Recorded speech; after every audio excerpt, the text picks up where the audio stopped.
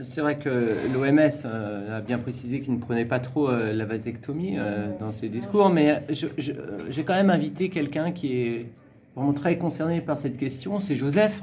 Voilà, un ami de longue date, et bon, voilà, il m'avait parlé effectivement de tout ce qui se tramait autour de cette contraception masculine. Alors j'ai voulu quand même l'inviter en tant que témoin.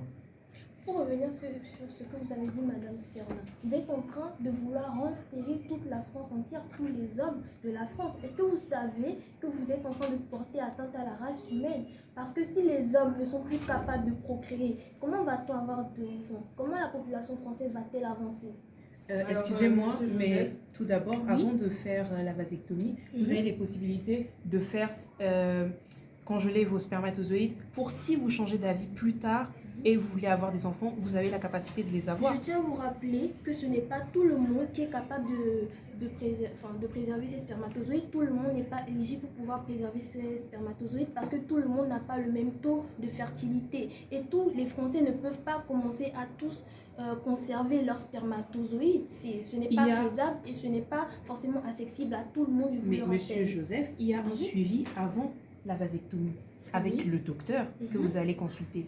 Et ce suivi se fait avec vous. Il va vous aider à comprendre avant de passer à la vasectomie. Et vous avez d'autres sortes de contraception possibles, pas que la vasectomie. Il y a le slip chauffant par exemple, il y a le préservatif, il y a les anneaux, il y a plein d'autres sortes de contraception. Des méthodes thermiques. Et je vous rappelle que ça agit sur les préservatifs. On ne sait pas si dans quelques années il y aura des effets secondaires ou pas. C'est vraiment difficile. En fait, c'est pas faisable.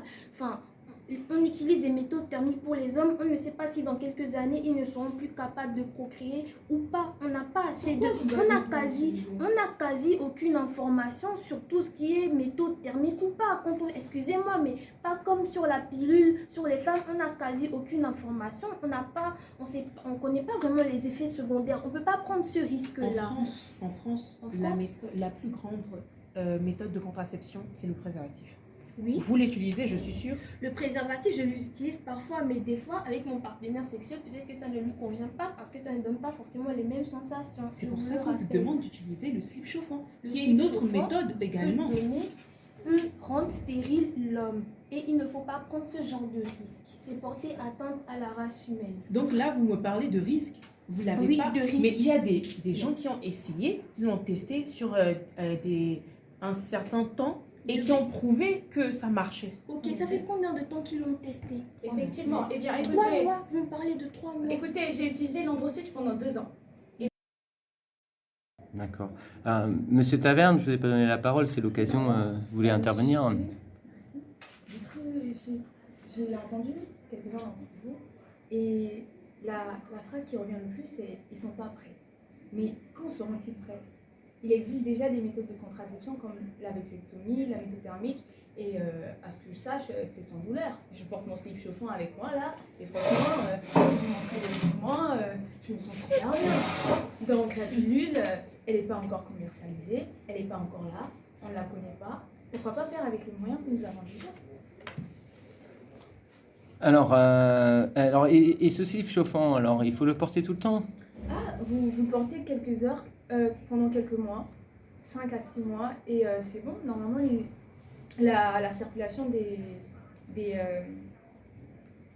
spermatozoïdes remonte et ne ressortent pas. C'est tout à fait pratique et sans douleur. Et je ne sais pas si au travers de l'OMS, vous prenez aussi ce développement de contraception? Non, le slip chauffant n'est pas vraiment sûr pour nous. Par exemple, le meneur pénienne aussi, et nous reconnaissons encore quelques méthodes hormonales, comme l'injection hormonale. Le slip chauffant, il y a une trop grande marge d'erreur sur nous. Pourquoi? Expliquez-moi pourquoi vous pensez que le slip chauffant n'est pas sûr. Non, on ne va pas parler seulement de ses inconvénients, mais ce n'est pas vraiment testé. Il n'y a pas assez de personnes qui le portent pour faire vraiment des études sérieuses et montrer l'efficacité de ces moyens contraceptifs. Bah alors, au lieu de parler de la pilule, autant parler du slip chauffant et puis de répondre parce que le slip chauffant est là. La pilule n'est pas là. Alors, Madame Serna, bonjour. Bonjour. M. Tarian qui parlait des différents moyens de contraception qui